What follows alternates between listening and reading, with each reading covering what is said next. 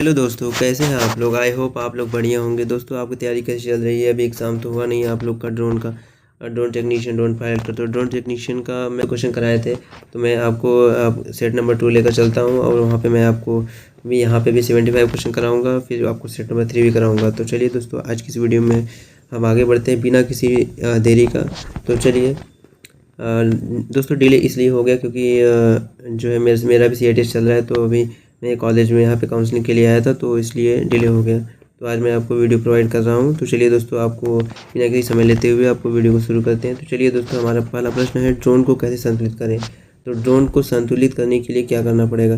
तो दोस्तों ऑप्शन है, ड्रोन का वजन कम करके, ड्रोन की लिफ्ट को बढ़ा करके, वायुदाब को बढ़ा करके, 3 एक्सिस के बारे में ड्रोन को घूमने को नियंत्रित करें। तो इसमें राइट आंसर क्या हो जाएगा। तो दोस्तों, इसका राइट आंसर आपका हो जाएगा 3 एक्सिस के बारे में ड्रोन को घूमने को नियंत्रित करके। तो दोस्तों, इसका राइट आंसर ऑप्शन नंबर 4 हो जाएगा।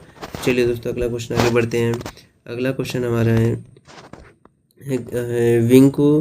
विंग को एयर फाइल आकार में बनाने का क्या उद्देश्य है। विंग जो होता है उसको एयर फाइल के आकार में बनाने का क्या उद्देश्य है। तो दोस्तों, इसका राइट आंसर हो जाएगा यहाँ पे देखिए ऑप्शन दिया है, यह दबाव में अंतर पैदा करता है, यह वायु घनत्व को बदलता है, यह वायु की मात्रा को बदल देता है। दबाव अंतर पर कोई प्रभाव नहीं पड़ता। तो दोस्तों, इसका राइट आंसर हो जाएगा, यह दबाव में अंतर पैदा करता है। इसका राइट आंसर क्या होगा, यह दबाव में अंतर पैदा करता है। चलिए दोस्तों, अगला क्वेश्चन हमारा है, ड्रोन का प्रदर्शन कैसे बढ़ाएं। ड्रोन का प्रदर्शन क्या मतलब कौन सी विधि का यूज़ करके ड्रोन का प्रदर्शन बढ़ाया जा सकता है। तो पहला है गति बढ़ा करके, वजन कम करके, वजन बढ़ा करके, ड्रोन को बढ़ा करके। तो यहाँ पे इसका राइट आंसर हो जाएगा वजन को कम करके। वजन को कम करके हम ड्रोन की जो है कि गति को बढ़ा सकते हैं। दोस्तों, यहाँ पे इसका राइट आंसर हो जाएगा ऑप्शन नंबर 2। तो दोस्तों, अगला क्वेश्चन हमारा है, 3D प्रिंटिंग ऑब्जेक्ट बनाने के लिए क्या स्टेप्स हैं। 3D प्रिंटिंग जो है उसका मतलब कि जो 3D प्रिंटिंग ऑब्जेक्ट होती हैं उनको बनाने के लिए मतलब उनके चरण क्या है।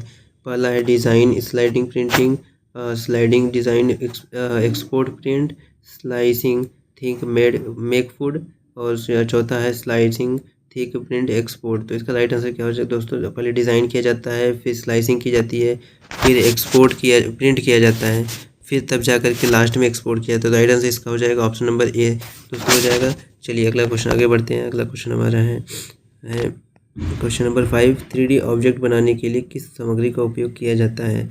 3D ऑब्जेक्ट बनाने के लिए दोस्तों मैं आपको इसमें ऑप्शन नहीं बताने वाला, इसका आंसर राइट आंसर सीधा बता रहा हूँ। इसका आंसर प्लास्टिक होगा। ऑप्शन नंबर 2 इसका राइट आंसर हो जाएगा, प्लास्टिक इसका राइट आंसर हो जाएगा। तो दोस्तों, चलिए अगला क्वेश्चन आगे बढ़ते हैं। अगला क्वेश्चन हमारा है क्वेश्चन नंबर 6 है, 3D प्रिंटर मॉडल को कैसे प्रोसेस करता है। 3D प्रिंटर मॉडल को कैसे प्रोसेस करता है, नीचे से ऊपर तक प्रिंट करके, बाएं से दाएं तक प्रिंट करके, दाएं से बाएं प्रिंट करके, ऊपर से नीचे तक प्रिंट करके। दोस्तों, इसका राइट आंसर हो जाएगा नीचे से ऊपर तक प्रिंट करके।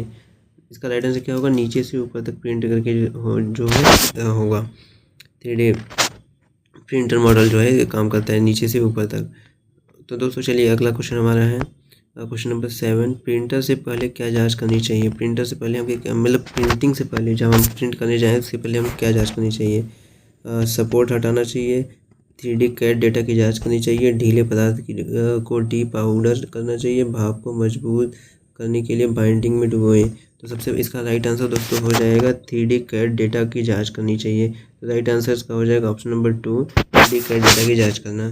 तो दोस्तों, अगला क्वेश्चन हमारा है क्वेश्चन नंबर 8, 3D प्रिंटर में स्लाइसिंग सॉफ्टवेयर का क्या उपयोग है।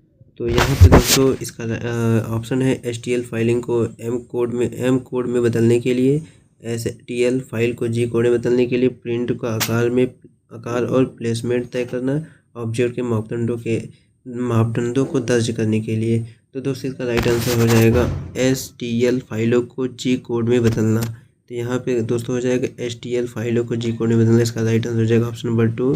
तो दोस्तों, चलिए अगला क्वेश्चन हमारा है क्वेश्चन नंबर 9, निम्न में कौन सी परत आधारित विनिर्माण प्रक्रिया है। क्या है इसमें मतलब निम्न में कौन सी परत आधारित विनिर्माण प्रक्रिया। विनिर्माण मतलब कि मैन्युफैक्चरिंग प्रोसेस इन्हें बता रहा है कि कौन सी है, milling, 3D printing, turning, drilling. तो यहाँ पे इसका राइट आंसर क्या होगा दोस्तों, इसका राइट आंसर हो जाएगा 3D प्रिंटिंग। 3D प्रिंटिंग इसका राइट आंसर हो जाएगा 3D प्रिंटिंग। तो चलिए दोस्तों, अगला क्वेश्चन हमारा है क्वेश्चन नंबर 10, यहाँ पे है कौन सी विनिर्माण प्रक्रिया विनिर्माण के लिए कैड सॉफ्टवेयर का उपयोग कर रही है।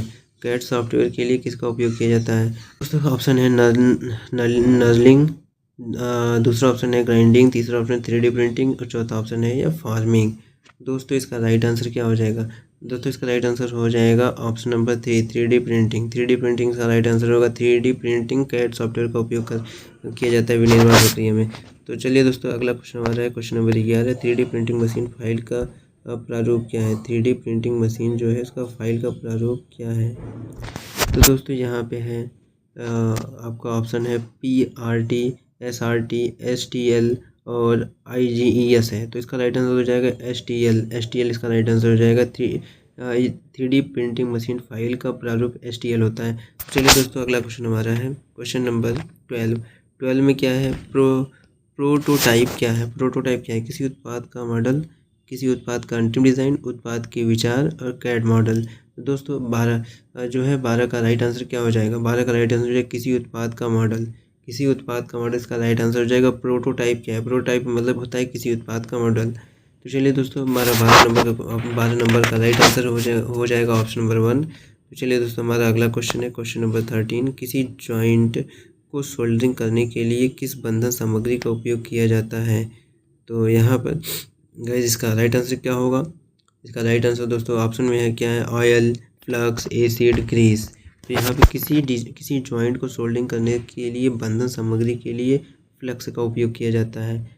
किसका उपयोग किया जाता है फ्लक्स का। तो राइट आंसर क्या हो जाएगा ऑप्शन नंबर 2। चलिए दोस्तों अगला क्वेश्चन हमारा है क्वेश्चन नंबर 14। बड़ी धातु को जोड़ने के लिए प्रयुक्त सोल्डरिंग विधि को क्या कहते हैं। बड़ी धातु जोड़ने के लिए यहाँ पे ब्रेजिंग विधि का उपयोग किया जाता है। बड़ी धातु को जोड़ने के लिए सीधा बता रहा हूँ इसका राइट आंसर क्या होगा ब्राजिंग होगा। ब्राजिंग BRAZING इसका राइट आंसर हो जाएगा ब्राजिंग। तो यहाँ पे 14 का राइट आंसर क्या होगा ऑप्शन नंबर 2।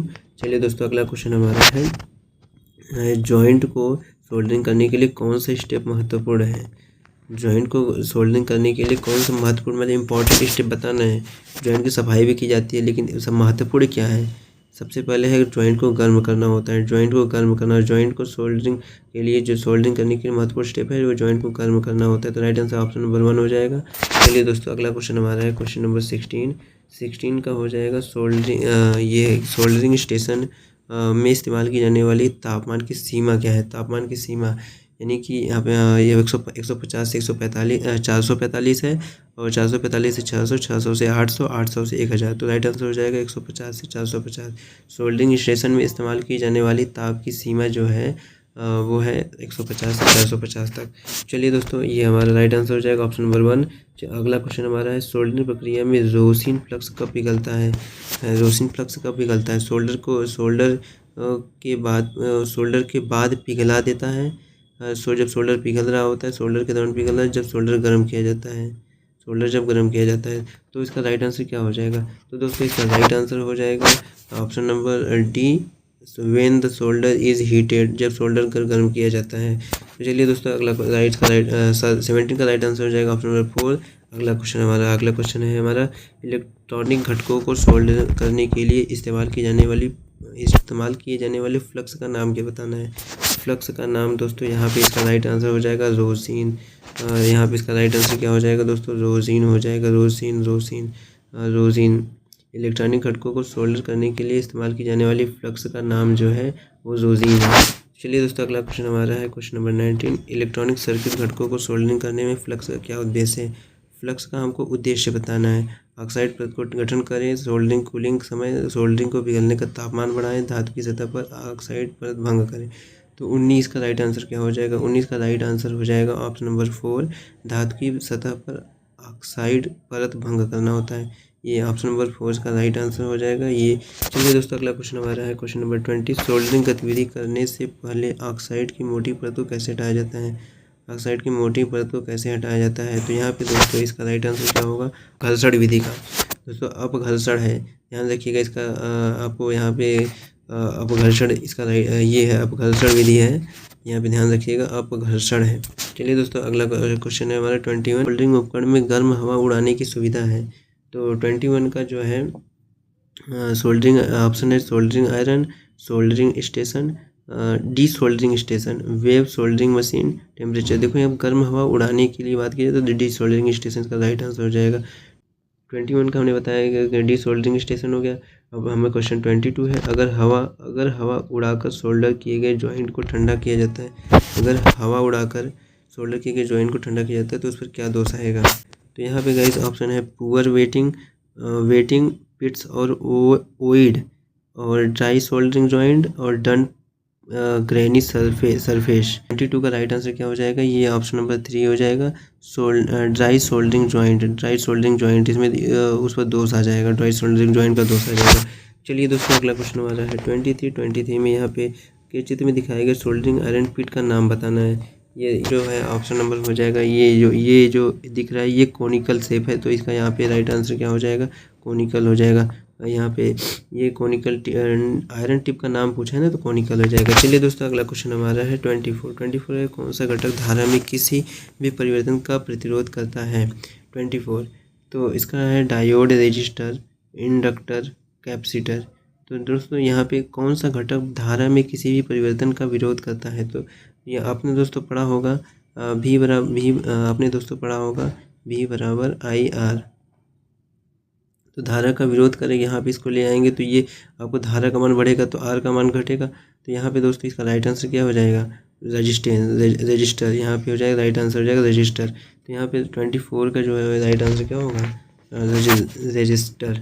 तो चलिए दोस्तों 24 का जो है ऑप्शन नंबर 2 राइट आंसर हो जाएगा। और उसका 25 क्या है, what is the unit of inductance. प्रेरकत्व की इकाई क्या है, प्रेरकत्व की इकाई क्या है। तो दोस्तों यहाँ पे है जूल, फैराडे, हेनरी और वाट। तो दोस्तों यहाँ पे राइट आंसर हो जाएगा हेनरी। ये प्रेरकत्व की इकाई जो होती है वो हेनरी होती है, तो हेनरी इसका राइट आंसर हो जाएगा। चलिए दोस्तों ये हेनरी इसका राइट आंसर हो गया। चलिए दोस्तों आज के लिए हम बस इतना ही रखेंगे। अगला जो है कि अब उसके बाद 25 से 50 में अगली वीडियो में अपलोड कराऊंगा। तो दोस्तों कैसा लगा आपको वीडियो अच्छा लगा तो लाइक कर दीजिएगा। और दोस्तों 100% क्वेश्चन इसी में से आने वाला है, आप इसे एक भी वीडियो मिस मत कीजिएगा। और बाकी पिछले 3 वीडियो जो हैं आप उसे देख लीजिएगा, और ताकि आपका जो एक भी क्वेश्चन है जो गलत ना हो। चलिए दोस्तों मिलते हैं किसी नेक्स्ट वीडियो में, तब तक के लिए बाय बाय।